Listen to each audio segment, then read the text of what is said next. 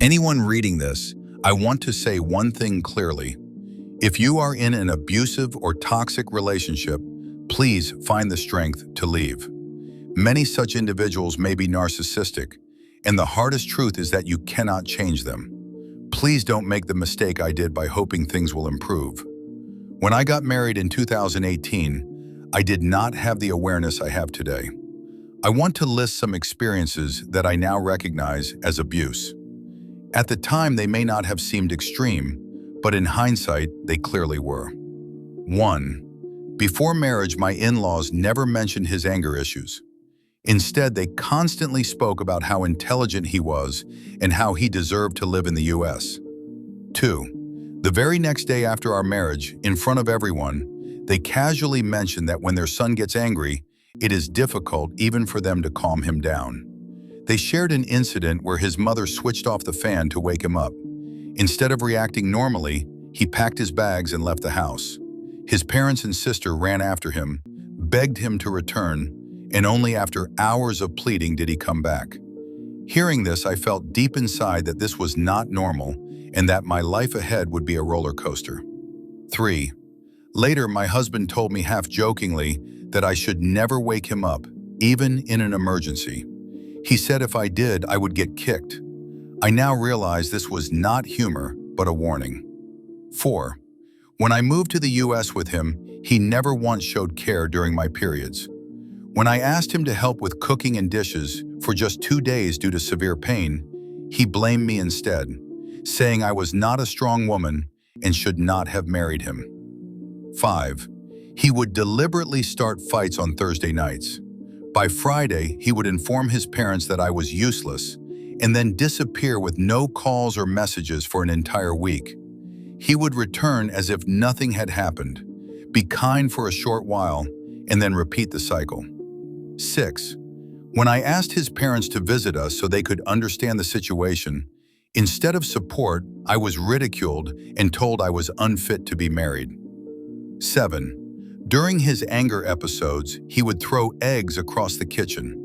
If I complained to his parents, he would cry, apologize, and manipulate the situation. Once, his mother told him in front of me that even if he killed me, he would still be her loving son. 8.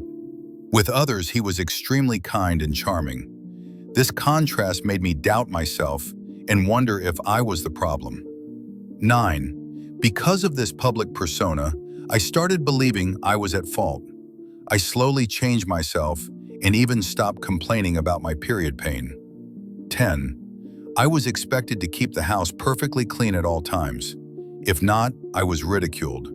I was slowly turning into a robot. 11. Once he physically assaulted me. When I tried to call 911, he broke down crying, begged for another chance, and blamed me for provoking the violence. 12. Later, when I became pregnant, I was simply thrown out without explanation. It became clear that he wanted control, not a partner. People often say it is easy to leave an abusive relationship. It is not. It is confusing, emotionally exhausting, and deeply traumatic.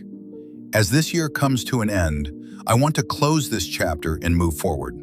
Even today, I sometimes wonder if I could have been better, if I could have made it work. But I now understand that no one can fill his void or heal his emptiness. Whoever is with him will eventually be emotionally destroyed. I am learning to love myself and to no longer tolerate abuse.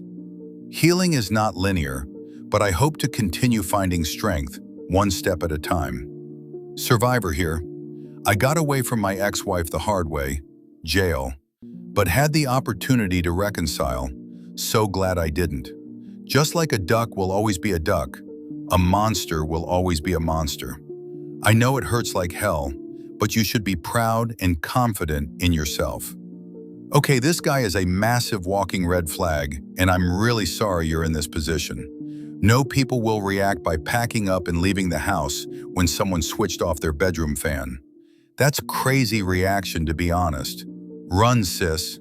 Run as far as you can before this sad excuse of a person ruins your life further. This is such an important reminder. You can't make it work with someone who refuses to take accountability, and you can't change anyone unless they genuinely want to change. Abuse is never caused by not being enough. Wishing you continued healing and strength as you move forward.